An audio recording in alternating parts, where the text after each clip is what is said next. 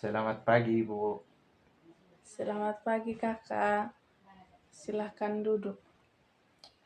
Terima kasih, Ibu. Saya senang sekali bertemu kamu pagi ini. Pertemuan kita akan sangat bermanfaat bagi kita bila kamu terbuka mengungkapkan perasaan kamu. Kamu bisa berpartisipasi dan bekerja sama menyelesaikan bersama. Ya, Ibu. Saya sangat membutuhkan bantuan Ibu. Ya, baiklah. Sebelumnya, kita perlu memahami alur kerjasama kita. Saya sebagai konselor dan kamu adalah konseli saya. Selama proses konseling ini, saya berharap kamu dapat membuka hati dan perasaan kamu untuk saya bisa memahami benar apa yang sebenarnya Anda rasakan dan ingin kamu selesaikan dalam proses konseling. Saya akan menjamin kerahasiaan pembicaraan kita dan berharap bahwa kamu dapat menemukan makna positif dari pertemuan konseling kita. Ya, Ibu. Baiklah, saya dapat memahami bahwa ada beberapa hal yang ingin kamu diskusikan hari ini. Jadi kalau kamu sudah siap, mari kita mulai diskusi kita. Ya, Ibu. Memang ada beberapa masalah antara saya dan orang tua saya. Itulah mengapa saya berada di sini sekarang. Sebenarnya saya malu membahasnya. Saya merasa tidak pantas untuk menyampaikan pada orang lain. Jika kamu merasa sedikit kurang nyaman untuk membahas masalah seperti itu bersama orang asing, baiklah, saya memahaminya. Ya, tapi saya memang kesulitan mengatasi masalah ini sendiri. Ya, saya memahami pikiran Anda. Kalau boleh memilih, saya ingin membahasnya bersama orang lain. Namun demikian, saya memahami bahwa saya perlu masukan dari sudut pandang orang lain. Baiklah, saya rasa memang di awal saya selalu mengatakan bahwa memang terasa kurang nyaman untuk berbagi rasa dengan orang asing, terutama untuk masalah yang sangat pribadi seperti itu. Bahkan saya pun tidak bisa memprediksi bagaimana perasaan kamu setelah ini. Saya telah bertemu banyak orang yang merasa kurang nyaman, hingga perlahan mereka mulai lebih terbuka dan santai untuk bercerita. Semoga setelah beberapa waktu, kamu akan merasa lebih santai untuk berada di ruangan ini. Saya harus setuju dengan Ibu. Ya, bagus itu. Kita lihat saja nanti bagaimana ke depannya. Ya, saya belum pernah melakukan konseling sebelumnya. Namun atas saran wali kelas saya, maka saya mengambil langkah ini. Betul. Oke.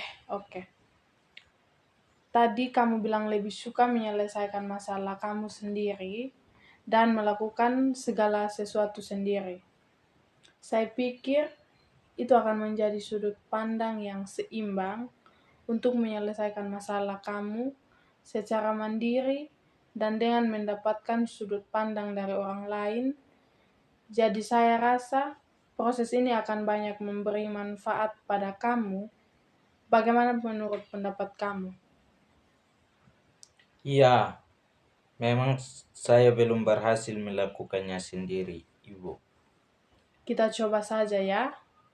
Mungkin ini bisa memberi kamu sedikit pencerahan. Oke.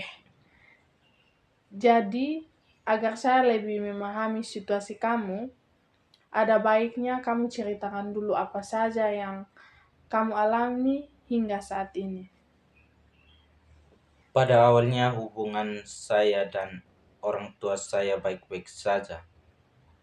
Terkadang melihat orang tua saya kehilangan kendali diri atas saya, Biasanya saya berpikir bahwa hal ini sudah terjadi dan mereka menyadari perilaku mereka.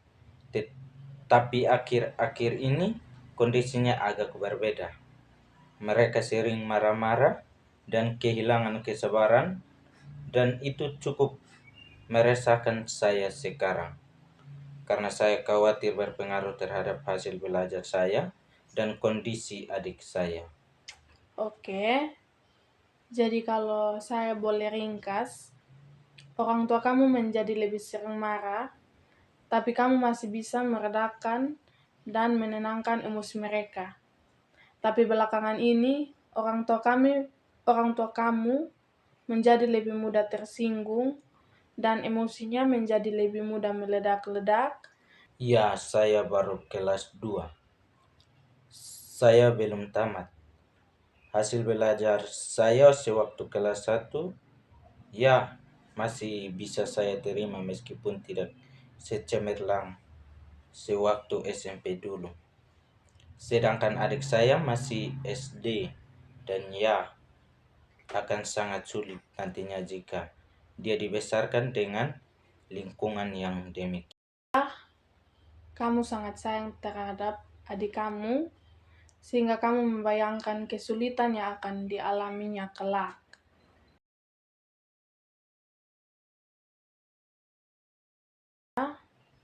Memang kamu cukup khawatir terhadap hasil belajar kamu dan kondisi mental adik kamu. Kamu mungkin lebih oke, saya bisa atasi ini, walaupun kamu juga merasa kurang nyaman, tapi kamu lebih khawatir pada adik kamu secara mental. Dan kamu mengkhawatirkan efek buruknya. Setiap hari hanya kamu habiskan untuk menunggu bila tiba-tiba ada ledakan emosi dari orang tua kamu. Benarkah seperti itu? Ya, saya lebih mengkhawatirkan saya dan adik-adik saya. Karena ada satu lagi adik saya yang belum sekolah. Oh ya, oke, teruskan.